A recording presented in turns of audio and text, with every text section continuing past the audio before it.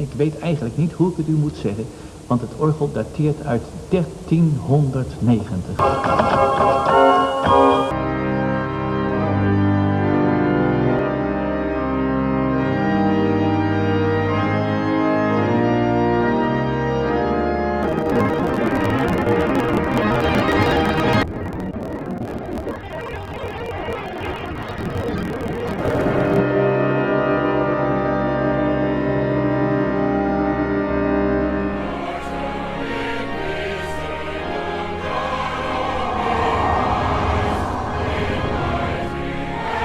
The majority are going to hell, the Bible says.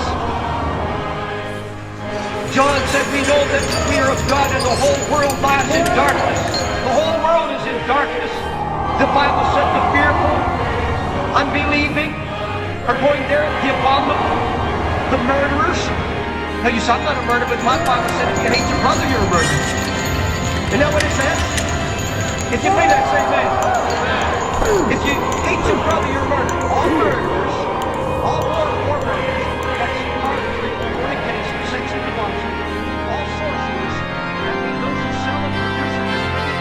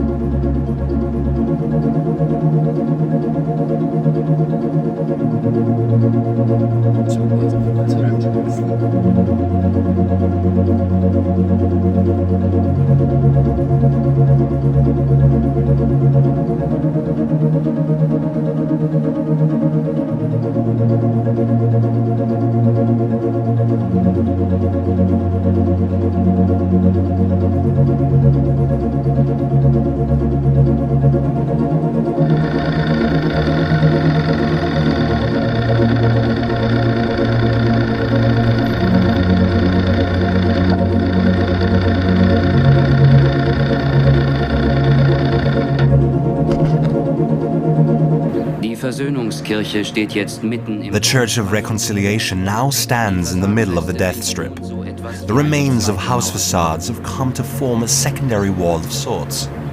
Here is the main wall, then wire barriers.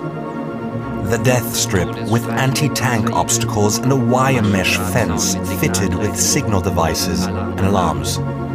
The graveyard's stony angels seem to weep. Behind them, bloodhounds leashed on long wire runs are trained to attack escapees. Since the 13th of August 1961, more than 80 people have died trying to escape over the Berlin Wall.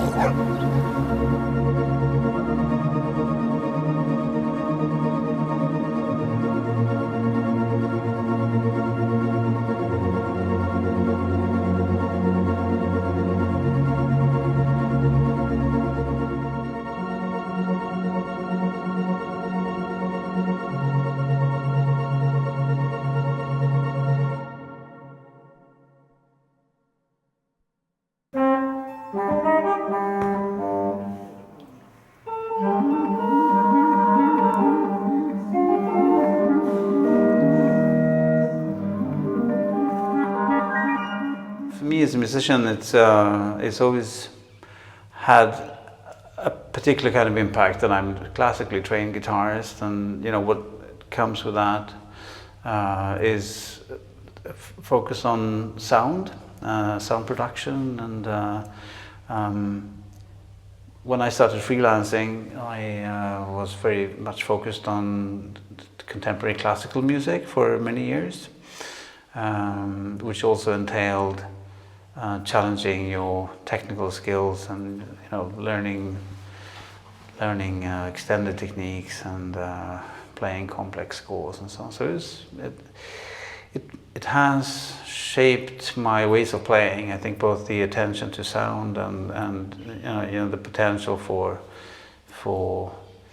performed complexity.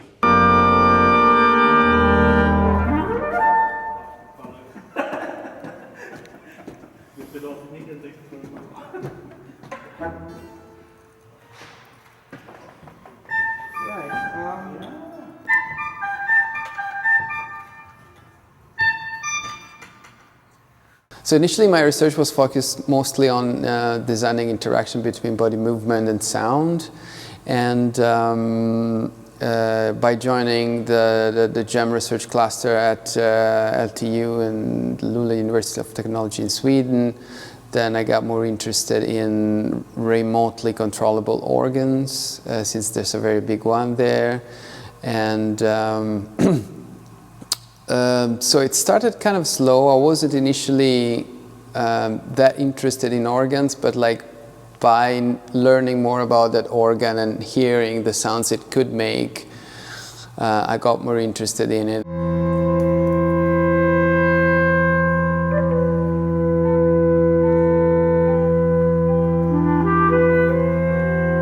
I've always loved playing ensemble, like smaller, having more to say, and also this intricate play that goes between the musicians in a small ensemble. So eventually I started in an ensemble called Norrbotten Neo. 7 musicians working only with contemporary music.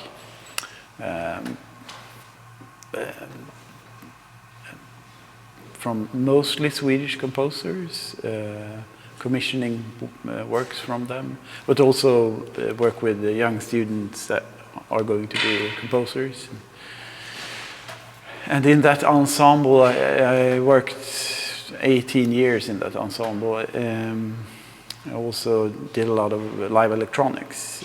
I was kind of the guy who looked at all the music that we were going to play and see, can we do this on our own, or do we need to get a sound engineer and like stuff. So I got really curious about working with live electronics. I could put the case underneath, and then it's just on black. So what do you like? So I think I got my first synth in the mid-80s somewhere. It was a Casio CZ101 and a drum machine, Roland TR606. So that was my first kind of electronic little studio, and my father had an old reel-to-reel tape machine with sound-on-sound capabilities. You could like ping-pong between the two channels, and eventually the sound was degraded, and sometimes that was kind of fun, to degrade the sound, to make it distorted.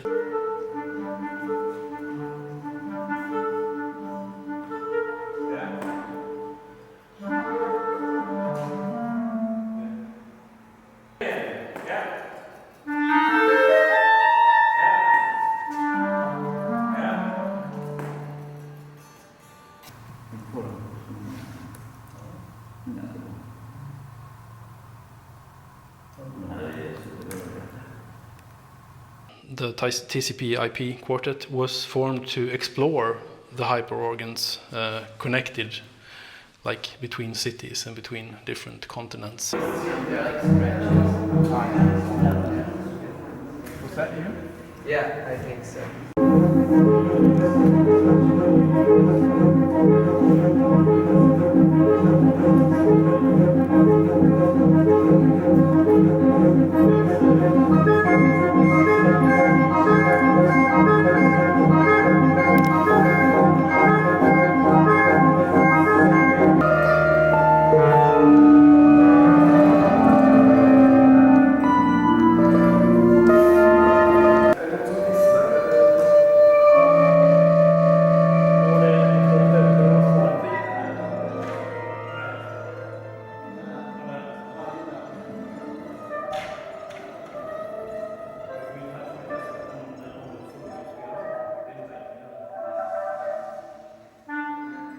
More recently, I decided to kind of bring lots of the things that I've learned in this 3+ years working with the Quartet into designing my own instrument for performing with them. And this is the instrument. It's called the Softar, and it's got like 2 sound boxes, 2 resonating chambers, and like lots of control to interact with the organs and generate also its own feedback loop using like a transducer that is housed in here. And it has its own computer inside for running various algorithms and sending data to organs.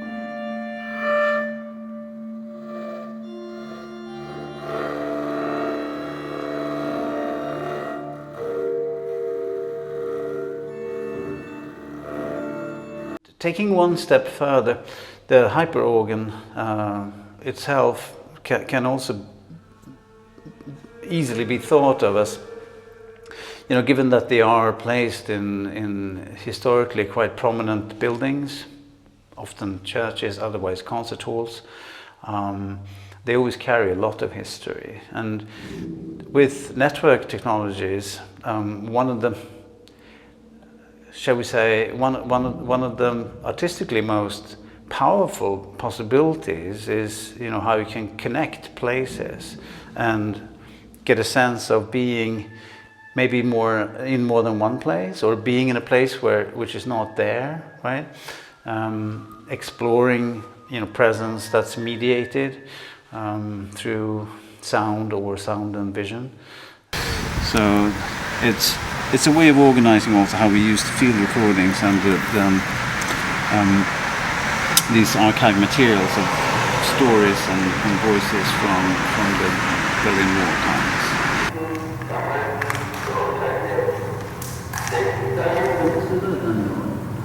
This sensor here on the bell tracks all my movement when I play. So then I can use this very dynamical data to shape the live electronics in certain ways. I can use positions in space or intensity of movement.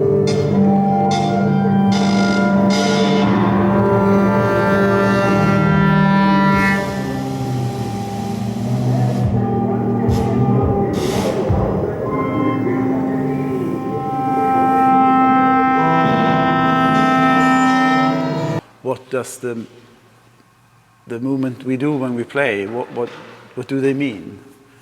They have significance in the expression that we do as a musician, and can I use that expression to shape the live electronics or the music?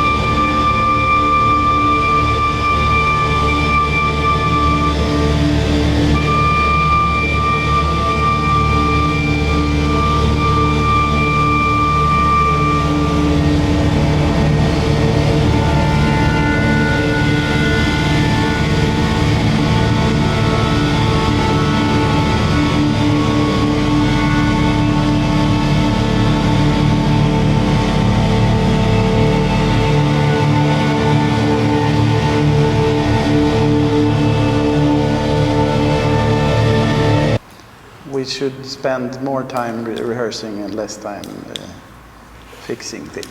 I mean, now I'm thinking about this. Do we need the VPN server at all? Because we are only playing the local audio. Mm-hmm. Yeah, no. I mean, that's if you want to play this organ as well, then we need it. But we should do that, right? Or no, I think it's quite nice that we play our local organ, and then we send audio. Yeah. Yeah, somehow we also conceptualize the double duo more as two local systems. Yeah. And then, like for the four-way, we were thinking about intersecting things more, like that we are on the end and we play each other's organ. Because that actually simplifies the setup as well. We're working with these pipe organs as the main sound source, and we use the quartet interaction to achieve exactly this kind of level of sort of compositional clarity, and you know, the sort of unexpected nature of what comes back to you from the organ. And this we've always been doing this by designing the interaction between the individual members of the group and what we do. So it's like the MIDI input can go to one laptop and is processed there, and then goes to the organ, but then it might also be processed through data from the clarinet before it reaches the instrument and then comes back to us. You know, that type of interactions is what we've found. Musically, really quite interesting, you know.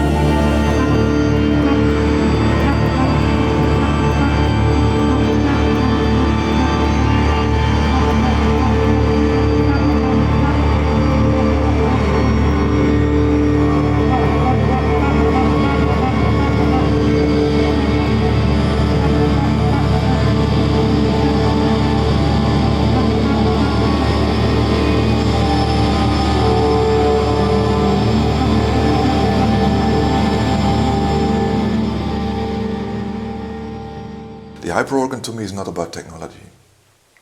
It's just about, like I said about this organ in Kampen that I learned to love as a young boy. Just know very deep in your soul that this sound is much more than just an instrument. It's kind of a living thing in which 5,000 pipes work together and form a whole that's so magical, and the magic can only be experienced in that space. So I thought, okay, you can of course do early music and Bach and Mendelssohn and Messiaen on it. That's all classical music, in fact. But what if we open up the access to the sound in such a way that people that work with laptops or that are just around doing electronic music know about synthesizers or have ensembles or other dreams or sound artists? What if we do it in such a way that they can easily access that world of sound also? I mean, it's like Hans Svidom is saying in the interview we included in the piece itself, that the hyperorgan, it doesn't only engage with history, potentially, but it also provides new opportunities, right? So it's the openness for, a laptop performer to actually play the organ that could be, it's exactly that potential, So if you're a Vietnamese laptop performer, you can actually, repurpose the organ for in ways that are, sort of more meaningful in their culture today. So, yes, I think there are things that technology can do, and sometimes can have to do also with reconciliation, as in the piece we're playing tomorrow.